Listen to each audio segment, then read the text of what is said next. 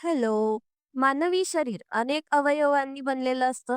जसं की हाडे, मेंदू, फुफ्फुसं, त्वचा, जठर, स्नायू आणि इतर अनेक गोष्टी. आणि हे सगळे अवयव देखील ऊतींनी बनलेले असतात. आता या सगळ्या गोष्टींना एकत्र धरून ठेवण्यासाठी कशाची तरी गरज असते.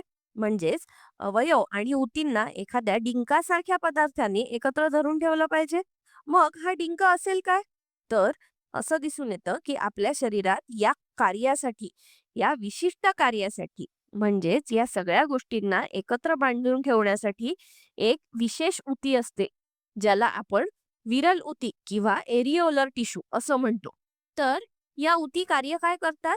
या विविध अवयवांना आणि ऊतींना एकमेकांशी बांधून ठेवतात. आता या ऊती आढळतात कुठे? तर या ऊती त्वचा आणि स्नायूंच्या दरम्यान आढळतात. तसंच या रक्तवाहिन्यांच्या आजूबाजूला देखील आढळतात आणि याच ऊती अवयवांच्या आतमध्ये देखील असतात. आता तुम्हाला प्रश्न पडला असेल की ही ऊती अवयवांना एकत्र कशी ठेवते आणि ही अजून काय करते? चला तर बघूया. तुम्हाला माहिती आहे की कोणत्याही ऊतीमध्ये काही पेशी असणं आवश्यक आहे. तर या विरल ऊतींमध्ये असणाऱ्या पेशींपैकी एक पेशी म्हणजे फायब्रोब्लास्ट. ही एक तंतुजनक पेशी आहे आणि याचा संबंध तंतूंशी असतो. या पेशी प्रथिनांपासून बनलेले विविध प्रकारचे तंतू तयार करतात. जसं की कोलाजेन, दुसरं म्हणजे इलॅस्टिन आणि तिसरं म्हणजे रेटिक्युलर फायबर. हे सगळे तंतूंचे प्रकार आहे किंवा फायबर्सचे प्रकार आहेत. आणि हे या ऊतीला काही प्रमाणात मजबूती देतात आणि फक्त मजबूतीच देत नाहीत तर चिकटपणा देखील देतात. आपण जसं बोललो की विरल ऊती यांचं काम अवयवांना आणि ऊतींना एकत्र बांधून ठेवणं आहे. त्यामुळे तिथे कोणत्या तरी प्रकारची डिंकासारखी किंवा चिकट क्रिया असणं आवश्यक आहे, जी या तंतूंद्वारे दिली जाते, जे काहीसे चिकट असतात. म्हणूनच या तंतूंमुळे ही ऊती विविध अवयव किंवा ऊतींना एकत्र बांधण्याचे काम करतात. म्हणजेच हे तंतू मजबूती तर देतात, सोबतच चिकटपणा देखील देतात. आता या ऊतींमध्ये अजून काय असणं आवश्यक आहे? बघा काय, ही ऊती एक जेलीसारखा पदार्थ आहे. तंतू या जेलीसारख्या पदार्थाला मजबूती देतात. पण जेलीसारखा असल्यामुळे यात भरपूर पाणी असणं आवश्यक आहे. तर याच्या आतमध्ये असतं इंटरसेल्युलर मॅट्रिक्स, जे आंतरपेशीय जेलीसारखं आधारक असतं. इंटरसेल्युलर म्हणजेच पेशीच्या दरम्यान. यात पेशीच्या दरम्यान द्रव असतो. हे काय करतं? तर हे या ऊतीला थोडासा द्रव स्वभाव किंवा फ्लुइड नेचर देतात. म्हणजेच आपल्याकडे आता तंतू आहे, इंटरसेल्युलर मॅट्रिक्स आहे, ही एक ऊती आहे, म्हणजेच ही पेशींनी बनलेली असेल. बरोबर? आतापर्यंत आपण एक प्रकारची पेशी पाहिली, जी आहे फायब्रोब्लास्ट. या नक्कीच खूप महत्वाच्या आहेत. पण अजून इतर पेशी देखील आहेत का? तर हो आहेत.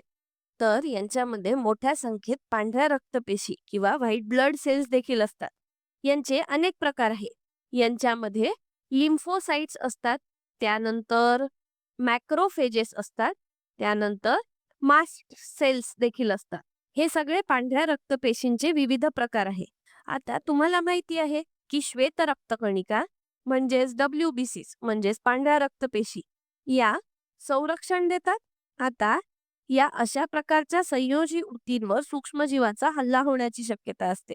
विशेषतः अशा ऊती ज्या कोणत्याही प्रकारच्या अभिस्तर ऊतींच्या खाली असतात. तुम्हाला माहिती आहे की अभिस्तर ऊती या पृष्ठभागाच्या जवळ असतात. मग ती त्वचा असो, पचनमार्ग असो किंवा श्वसन मार्गाचा पृष्ठभाग असो. तर या सगळ्या पृष्ठभागांवर विविध सूक्ष्मजीवांकडून हल्ला होण्याची शक्यता असते. जसं की तुमच्या श्वसन मार्गावर नेहमी सर्दीच्या विषाणूंसारख्या विषाणूंचा हल्ला होऊ शकतो. तुम्ही अन्न खाता त्यातील जीवाणूंमुळे तुमच्या पचन संस्थेवर हल्ला होऊ शकतो. आणि त्वचा तर नेहमीच विविध सूक्ष्मजीवांच्या संपर्कात असते आणि जर ते हानिकारक ठरले तर आपल्या श्वेत रक्तकणिका किंवा पांढऱ्या रक्तपेशी या नेहमीच त्यांची काळजी घेण्यासाठी असतात.